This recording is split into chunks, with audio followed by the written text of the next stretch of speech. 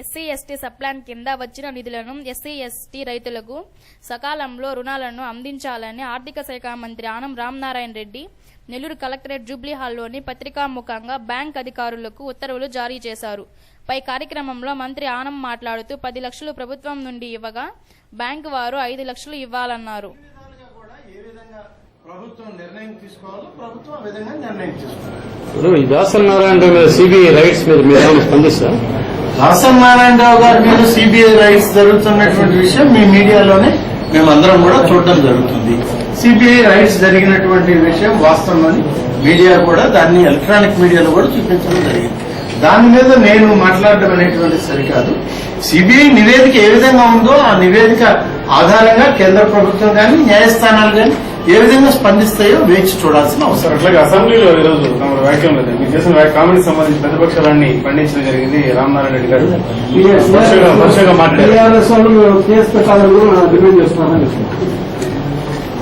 సరే, ఎవరి అభిప్రాయాలు ఎలా ఉన్నా శాసనసభలో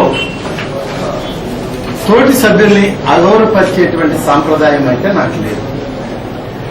తోటి సభ్యుల్ని అగౌరవపరిచి లేకుంటే వాళ్ళని తోలనాడేటువంటి పరిస్థితులు అయితే శాసనసభలో లేవు. శాసనసభాపతి గారి అనుమతితోనే నేను మాట్లాడడం జరిగింది. దానికి సంబంధించి ఏదైనా వివరణ ఇవ్వాల్సి వస్తే శాసనసభలో మరి సభాపతి గారి అనుమతితో మళ్ళీ కూడా చెప్పడం జరిగింది. నేను ఎవరిని వ్యక్తిగతంగా కానీ పార్టీ పరంగా కానీ నేను ఎవరిని కూడా దూషించింది కానీ వాళ్ళని విమర్శించింది కానీ లేదు. Thank you. స్కీమ్ని పెట్టడం జరిగింది. దానికి మేము రాష్ట్ర ప్రభుత్వం నుంచి 10 లక్షలు ఇస్తాము, 5 లక్షలు బ్యాంకర్స్ నుంచి వాళ్ళకి లోన్ కింద ఇవ్వమని చెప్పి ఈ స్కీమ్ ని ఏర్పాటు చేయడం జరిగింది. This is only for SC ST sub plan కింద వచ్చినటువంటి విద్యార్థులు. మిగిలినటువంటి వాళ్ళకి ఏదైనా ఉంది అని అంటే అది మరొక పథకం కింద ఆలోచన చేయాలి.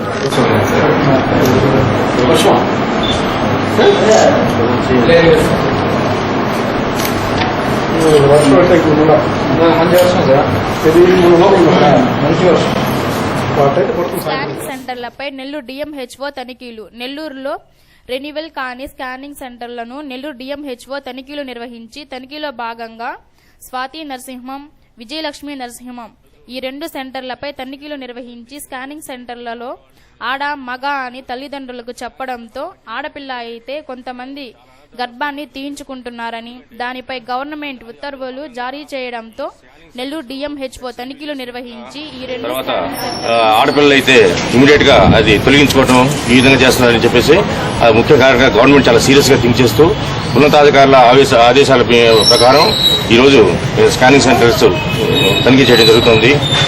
ఇందులో భాగంగా ఈరోజు చూసినట్లయితే స్వాతి నర్సింహం ఒకటి ఉంది, అది విజిట్ చేశాము. అక్కడ దగ్గర 2 సంవత్సరాలుగా రెన్యూవల్ చేయలే, అలానే ఒక్క రికార్డు కూడా లేదు. సో ఇవన్నీ బేస్ చేసుకుని దాన్ని సీజ్ చేయడం జరిగింది. అలాగే డాక్టర్ విజయలక్ష్మి క్లినిక్ కూడా విజిట్ చేసినాము. ఇక్కడ కూడా ఒక 6 మంత్స్గా ఎప్పుడో చేసుకోవాల్సిన రెన్యూవల్ ఇంకా జరగలేదు. రికార్డ్ మెయింటెనెన్స్ సరిగా లేదు. అందువల్ల 2 స్కానింగ్ సెంటర్స్ సీజ్ చేయడం జరుగుతుంది. ఇంకా మ్యాక్సిమం ప్రతి ఒక్క దీన్ని కూడా స్కానింగ్ సెంటర్స్ కూడా మేము త్వరలో విజిట్ చేస్తాము. ఎక్కడైనా అవకతవకలు ఉంటే తప్పకుండా మూసేయడం జరుగుతుంది.